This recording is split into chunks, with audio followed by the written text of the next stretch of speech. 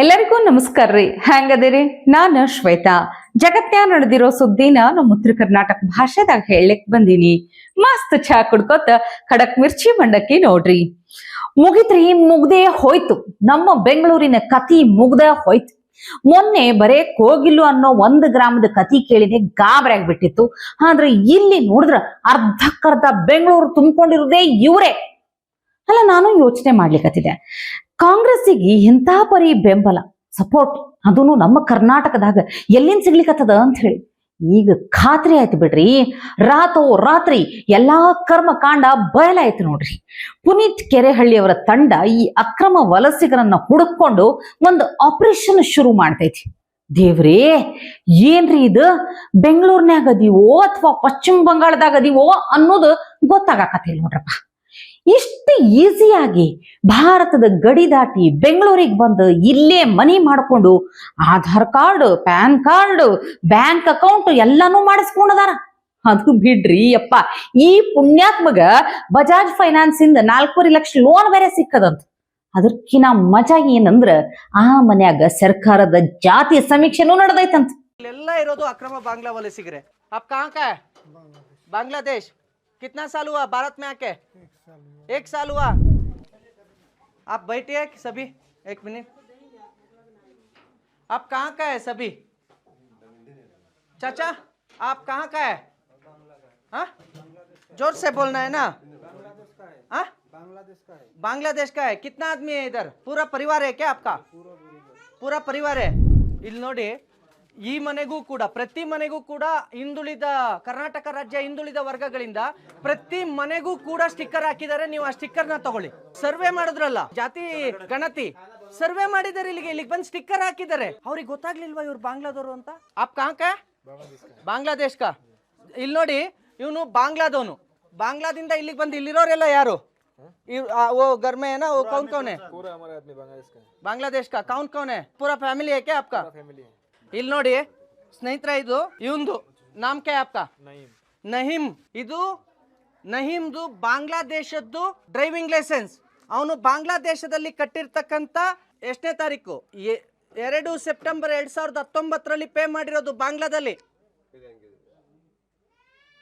ಆಮೇಲೆ ನಿಮಗೆ ಇನ್ನೂ ತೋರಿಸ್ತೀನಿ. आपका ಬರ್ತ್ ಸರ್ಟಿಫಿಕೇಟ್ ತಾನಾ ಇದರ್? ಏ ನಹೀಮ್ ಕಾ ಬರ್ತ್ ಸರ್ಟಿಫಿಕೇಟ್ ಬಾಂಗ್ಲಾ ಕಾ. ಬಾಂಗ್ಲಾದೇಶದ್ದು ಬರ್ತ್ ಸರ್ಟಿಫಿಕೇಟ್ ಇದೆ. ಭಾರತದಲ್ಲಿ ಇವನಿಗೆ 2 ಆಧಾರ್ ಕಾರ್ಡ್ ಸಿಗುತ್ತೆ. ಇದರಲ್ಲಿ ಬೇರೆ ನಂಬರ್, ಫೋನ್ ನಂಬರ್, ಇದರಲ್ಲಿ ಬೇರೆ ಫೋನ್ ನಂಬರ್.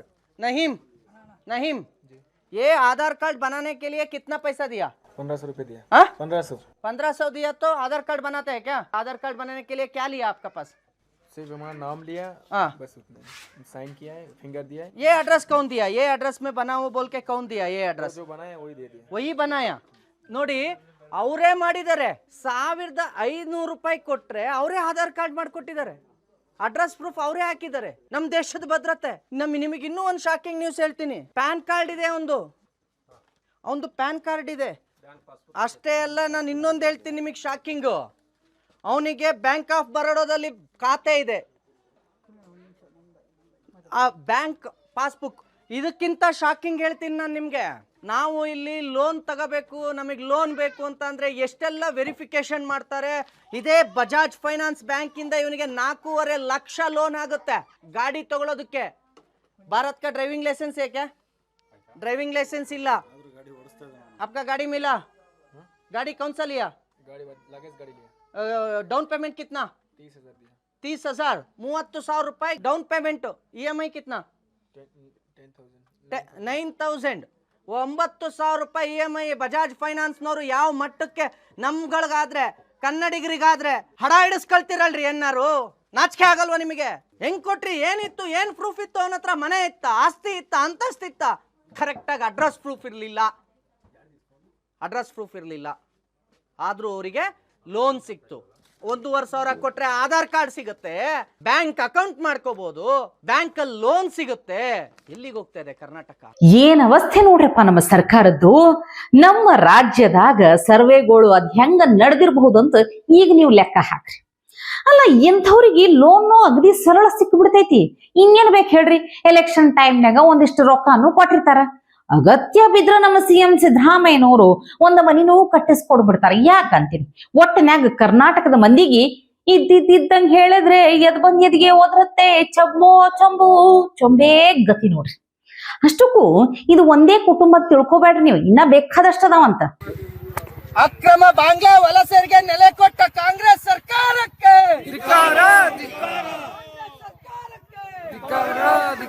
ಅಕ್ರಮ ವಲಸಿಗರಿಗೆ ನೆಲೆ ಆಗಿರುವ ಕಾಂಗ್ರೆಸ್ ಸರ್ಕಾರಕ್ಕೆ आप कहाँ का है? कौन सा देश है आपका? बांग्लादेश से। कितना साल हुआ? 5 साल हुआ था. Mobile number sir. ನಾವು 6 ದಿವಸದಿಂದ ಪೊಲೀಸ್ನವ್ರ ಮಾತು ಕೇಳಿ ಈಗ ನಾವು ಈ ಮಟ್ಟ ಕೇಳ್ತಾ ಇರೋದು. ನಮ್ಗೆ ನೀವು ಇಲ್ಲಿಂದ ಕರ್ಕೊಳ್ಳಿ. ನಾವು ಈಗ ಎಲ್ರು ಮತ್ತೆ ಸ್ಟೇಷನ್ ಹತ್ರ ಬಂದು ಸ್ಟೇಷನ್ ಹತ್ರ ಎಲ್ಲ ಇದ್ ಮಾಡಕ್ಕಲ್ಲ. ನೀವು ನಮ್ ಮುಂದೆ ಅವ್ರನ್ನ ಕೇಳಿ ಆಮೇಲೆ ನೀವು ಕರ್ಕೊಂಡು ಸರ್. ಹಂಗ ಇಲ್ಲ, ಅವ್ರನ್ನ ಇಲ್ಲಿಗೆ ಕರ್ಸಿ ಅವ್ರು ನಮ್ ಮುಂದೆ ಕೇಳ್ಬೇಕು. ಯಾಕೆಂದ್ರೆ ಅಲ್ಲಿಗೆ ಹೋದ್ಮೇಲೆ ಅವ್ರು ಬೇರೆ ಆಗ್ತಾ ಇದೆ. ಅಲ್ಲಿಗೆ ಹೋದ್ಮೇಲೆ ಚೇಂಜ್ ಆಗ್ತಾ ಇದೆ. ಅವ್ರ ಹತ್ರ ಆಧಾರ್ ಕಾರ್ಡ್ ಇದೆ ಅಂತ ಬಿಟ್ಟು ಕಳಿಸ್ತಾರೆ. ನಾವು 100% ಅವ್ರ ಆಧಾರ್ ಕಾರ್ಡ್ ಬೇಕು ಅನ್ನೋದು ಕೂಡ ತೋರಿಸ್ತಿದೀವಿ ಸರ್. ನೀವು ಕರ್ಕೊಂಡು ಹೋಗ್ತೀರಾ ನಮ್ ಮುಂದೆ ಕೇಳ್ಬಿಡಿ ಅವ್ರು ಎಲ್ಲಿ ಅವರು ಅಂತ. ನೀವು ಸ್ಟೇಷನ್ ಅಲ್ಲ, ಇಲ್ಲಿ ಪಬ್ಲಿಕ್ ಅಲ್ಲಿ ಕೇಳ್ಬಿಡಿ ಸರ್. ಯಾಕೆ ನಿಮ್ಗೆ ಏನ್ ಕಷ್ಟ ಅವ್ರನ್ನ ಕೇಳಕ್ಕೆ? ನಮ್ಮೆಲ್ಲರನ್ನು ಸಾಕ್ಷಿ ಮಾಡ್ಕೊಂಡು ಕೇಳಿ. ಕೇಳ್ಬಿಡಿ ಅಲ್ಲ ಸರ್, ಕೇಳ್ಬಿಡಿ. ಯಾರು ಕೇಳ್ಬಿಡಿ ಸರ್.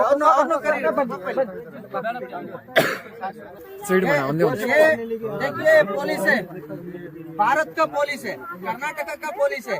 यहाँ का कानून रहता है, रूल्स रहता है, सब रहता है. आप कहाँ से है? कौन सा देश है? बांग्लादेश से यहाँ आके कितना टाइम हुआ? कितना साल हुआ? 2 साल. आप 1.5 साल. आपका 2 साल. आपका भारत का आधार कार्ड है ना? ये किसका आधार कार्ड है? 1 मिनट सर, 1 निमिष. भारत का आधार कार्ड किधर है? हमारा आधार कार्ड नहीं. आपका पास किसी का पास आधार कार्ड नहीं है? ठीक है, अभी बोलिए यहाँ आ गया ना? कैसा आ गया बांग्ला से यहाँ?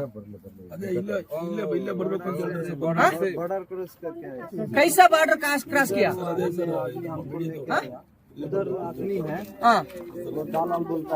ದಲ್ಲಾಲ್ ಕೋ ಸರ್ ಇದು ಕ್ಲೀನ್ ಆಗಿ ತಗೊಳ್ಳಿ ಸರ್. ಇದು ಯಾಕೆ ಅಂತಂದ್ರೆ ಸರ್ ಬರ್ಲಿ ನೋಡಿ, ಇದು FRRO ಬರುತ್ತೆ ಸರ್. FRRO ಈ ಪ್ರಾಬ್ಲಮ್ ಆದಾಗ ಅವ್ರ ಹತ್ರ ವೀಸಾ ಪಾಸ್ಪೋರ್ಟ್ ಇಲ್ದೆ ಇಲ್ಲಿದ್ದಾರೆ ಅಂದ್ರೆ ಇಮ್ಮಿಡಿಯೇಟ್ FIR ಆಗ್ಬೇಕು.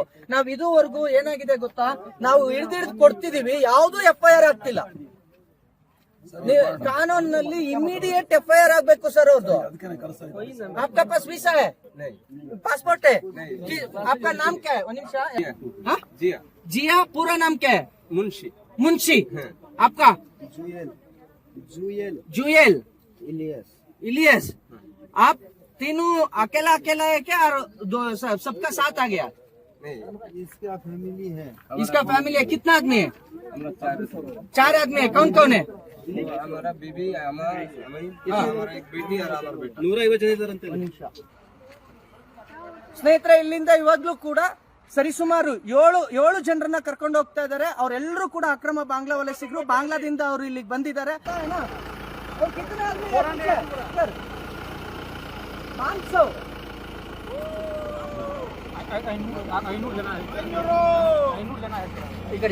ಸ್ನೇಹಿತರೆ ನಮಸ್ತೆ. ಇಲ್ಲಿ ದಯವಿಟ್ಟು ಪ್ರತಿಯೊಬ್ರು ಕೂಡ ಹೆಚ್ಚಿನ ಸಂಖ್ಯೆಯಲ್ಲಿ ಇದನ್ನ ಶೇರ್ ಮಾಡಬೇಕು. ಯಾಕೆ ಅಂತಂದ್ರೆ ಕಳೆದ 6 ದಿನಗಳಿಂದ ಹಿಂದೂ ಕಾರ್ಯಕರ್ತರು ನಿರಂತರವಾಗಿ ಕಾರ್ಯಾಚರಣೆ ಮಾಡ್ತಾ ಇದ್ರು ಕೂಡ ಸರ್ಕಾರ ಯಾವುದೇ ರೀತಿಯಲ್ಲೂ ಕೂಡ ಇದಕ್ಕೆ ಕ್ರಮ ಜರುಗಿಸ್ತಾ ಇಲ್ಲ. ಅವ್ರನ್ನ ಎಲ್ಲಿ ಇಡಬೇಕು ಅಂತ ಹೇಳಿ ಮಾಡ್ತಾ ಇಲ್ಲ. ಜಾಗ ಇಲ್ಲ ಯಾರಿಗೂ. ದಯವಿಟ್ಟು ಕೂಡಲೇ ಸರ್ಕಾರಕ್ಕೆ ಎಲ್ಲರೂ ಕೂಡ ಸರ್ಕಾರಕ್ಕೆ ನೀವು ಇದನ್ನ ಮಾಡ್ಬೇಕಾಗುತ್ತೆ.